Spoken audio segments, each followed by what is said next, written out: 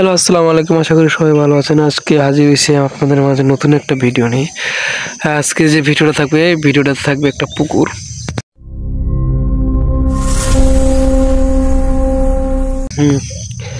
তো এটা হচ্ছে আমার গ্রামে, আমার নানির বাড়ির পাশে, যেখানে আমার শৈশব কাটছে।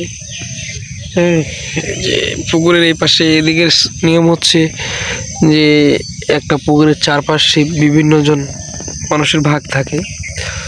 তো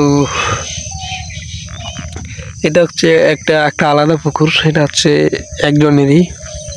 আর এই পুকুরটা অনেক ভাগ আছে, যেমন দেখাই যে এই পাশে পাহাড়টা, বাঁশঝাড় সহ এগুলো সব আমার নানার। এখন তো নানা বেঁচে নেই, এখন মামার এই পাহাড়টা। তো আসলে ভিডিওটার মেন উদ্দেশ্য হচ্ছে যে আমি ছোটবেলা থেকে, যেহেতু আমার এখানেই আমার নানার বাসায় বড় হয়েছি। হ্যাঁ, এই পাশে রাস্তা, এই পাশে রাস্তা আসতে হয়, ঠিক আছে।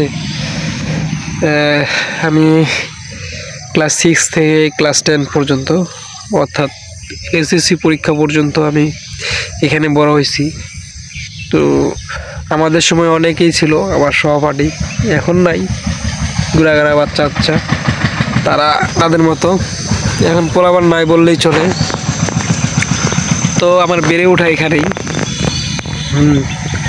এবং আমরা দল বেঁধে সবাই, সহপাঠীরা, ছেলে মেয়ে সবাই, মামাতো বোন, মামাতো ভাইরা বা বিভিন্ন বন্ধুরা আশেপাশে থেকে, আরও 2-4 গ্রাম থেকে ছেলে মেয়ে আসতো এই পুকুরে গোসল করতে। হ্যাঁ, পুকুরটা বড় আছে অনেক। এখন এই পাশে পাহাড়টা কেটে ফেলছে, কেটে বড় করছে। পাহাড়টা মোটা ছিল অনেকটা, দেখেন বাঁকা হয়ে আছে। তো এটা ছিল সোজা একবারে। তো এখানে আমরা লুকায় গোসল করতাম, রোদের দিনে, ঠান্ডার দিনে, যে কোনো সময়। এখন অবশ্য এখানে ব্যবহার করে না, কারণ এখন মাছ চাষ করতেছে। হ্যাঁ, সময়ের সাথে সাথে সব কিছু চেঞ্জ হয়ে যায়। হ্যাঁ, আমরা এই পুকুরে কত গোসল করছি, আর এখন এই পুকুরটাতে কেউ নামে না, আমরাও চলে গেছি। আর পুকুরে গোসল করা বন্ধ হয়ে গেছে। আগে এখানে সিরিয়াল দিয়ে গোসল করতে হইতো, এবং গ্রামের যে মহিলারা ছিল তাদের কাপড় চোপড় ধুইতে নিয়ে আসতো। এখানে সিরিয়াল ধরে বসে থাকতো, যে একজনের শেষ হইলে আরেকজন শুরু করবে। কিন্তু এখন আর ওই দিনটা নাই, হারিয়ে গেছে। এক কথায় শেষ, যে এখন থেকে প্রায় ওদের 10 থেকে 12 বছর আগে যেগুলা হয়েছে ওগুলা আর নাই, দেখা যায় না, পরিবর্তন হয়ে গেছে অনেক। আমরা যেমন আমাদের সময় বলছি যে আদিমকালের যুগ আর নাই, এখনকার বাচ্চাগুলা বলবে যারা, যে আমরা যে কিছু বলতে তোমাদের যুগ আর নাই, ঠিক আছে। তো কথা হচ্ছে এটাই। কত সুন্দর গ্রামের পরিবেশটা, আসলে অনেক সুন্দর।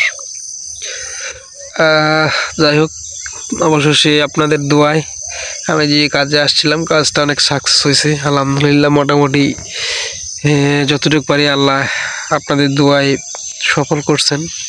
দোয়া করবেন সামনের জন্য আরও সফল হতে পারি। এবং আমি কালকেই কাজটা সম্পূর্ণ করছি আমার ব্যবসার কাজে।